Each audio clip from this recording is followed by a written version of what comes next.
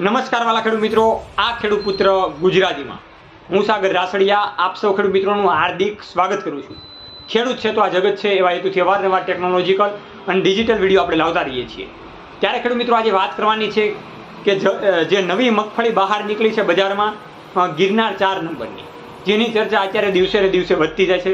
ઘણા બધા ખેડૂત મિત્રોના કોન્ટેક્ટ પણ આવે છે અને મેસેજ પણ આવે છે કે આ મગફળીનું બિયારણ ક્યાંથી મળશે, આ મગફળી અમારે વાવવી તો ક્યારે વાવવી, અથવા તો આ મગફળીને આપણે ક્યારે વાવી શકીએ, કેટલાની જાળીએ વાવી શકીએ, એની માહિતી જોતી છે. આગળના વિડીયોમાં એ ખેડૂત મિત્રો આપણે બધું દર્શાવેલું છે, પણ આજે વાત કરવાની છે કે આ મગફળી ખેડૂત મિત્રોને કેટલા વીઘામાં વાવેતર કરવું, કેમ કે નવી જાત છે અને આ વર્ષે એનું પહેલું વર્ષ છે. આમ તો 2020થી 21માં નીકળી ગયેલી છે, પણ આ વર્ષે એનું નવું વર્ષ છે, એટલા માટે મગફળી કેટલી વાવવી એની આજે આપણે ચર્ચા કરીશું. તો આ ચેનલ ઉપર તમે બિલકુલ નવા હોય તો નીચેનું લાલ કલરનું બટન દબાવીને આ ચેનલને તમે જલ્દીથી સબસ્ક્રાઇબ કરો અને અન્ય ખેડૂત મિત્રો સુધી આ વિડીયોને તમે જલ્દીથી શેર કરો. મારા ખેડૂત મિત્રો, ગિરનાર 4 નંબરની મગફળી, આ મગફળી ખેડૂત મિત્રોએ કેટલા પ્રમાણમાં વાવવી, કેટલા વીઘામાં વાવવી એની વાત કરીએ. એ પહેલાં આપણે આ મગફળીની વાત કરીએ તો આ ગિરનાર 4 નંબરની મગફળીનો આપણે આગળ જે વિડીયો બનાવેલો છે એમાં તમને બધું દર્શાવેલું છે કે કયા પ્રકારની આ જાત છે, કેવો આનો ફાલ થાય છે, કેવો છોડ થાય છે અને કેવું ઉત્પાદન આપણને મળે છે. તો નીચે ડિસ્ક્રિપ્શન બોક્સમાં પણ એ વિડીયોની લિંક છે, તો એ વિડીયો તમારે જોવો હોય તો આસાનીથી તમે જોઈ શકો છો. વાલા ખેડૂત મિત્રો, આ મગફળી કેટલા વીઘામાં વાવેતર કરવું, તો આ મગફળીનું પહેલું વર્ષ હોવાથી ગિરનાર 4 નંબરની મગફળીનું તો આ વર્ષે તમે ખેડૂત મિત્રો 5 થી 6 વીઘામાં વાવેતર કરો તો ઘણું સારું રહે છે, કેમ કે નવી આ વખતે મગફળીની જાત છે. એટલા માટે આ મગફળી કઈ રીતની થાય છે અને એને કેવું વાતાવરણ અનુકૂળ મળે છે, એના બજાર ભાવ કેવા મળે છે, એ રીતે આપણને વધારે ખ્યાલ આવે. કેમ કે ખેડૂત મિત્રો આપણે જે રીતે જાણીએ છીએ એ રીતે બીજા બધા પાકોમાં નવી જાતો બહાર પાડતી હોય છે. મગફળીની વાત કરીએ તો મગફળીમાં પણ અવનવા પ્રકારની જાતો બહાર પડે છે.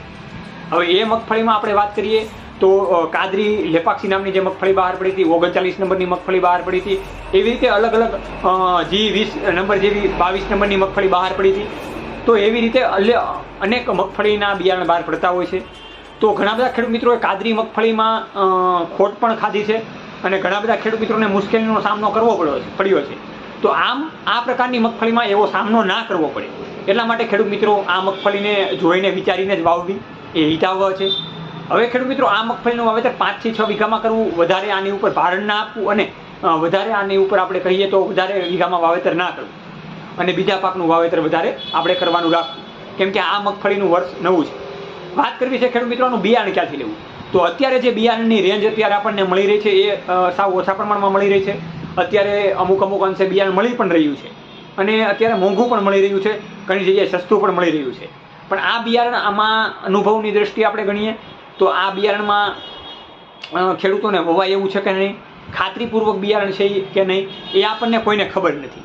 એટલા માટે ખેડૂત મિત્રો હજી બિયારણ લેવામાં વધારે ઉતાવળ ના કરવી, 15 થી 20 દિવસ જેવો સમય રાખવો અને સારું બિયારણ ખેડૂત મિત્રો શોધવાની ટીમ અમારી ચાલુ છે, સારું બિયારણ શોધી રહી છે.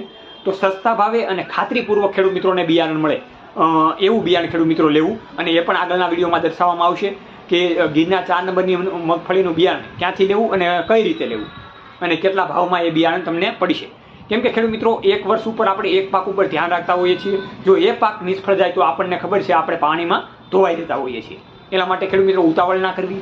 અને આ મગફળીના બિયારણની ખેડૂત મિત્રો વાત કરીએ તો બિયારણ તો કાંઈ વાંધો નથી, પણ આગળના સમયમાં આપણે દર્શાવીશું.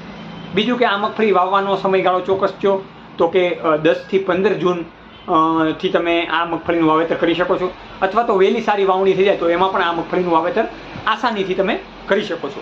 બસ આ જ માહિતી આપવાની હતી, કેમ કે ઘણા બધા ખેડૂત મિત્રોના કોન્ટેક્ટ આવતા હતા, કોલ્સ આવતા હતા કે બિયારણ ક્યાંથી લેવું અને કેટલું વાવેતર કરવું. બસ જોતા રહો ખેડૂત મિત્ર ગુજરાતી, હંમેશા ખેડૂત મિત્રોની સાથે. જય જવાન જય કિસાન, આ બંને છે આપણા દેશની છે.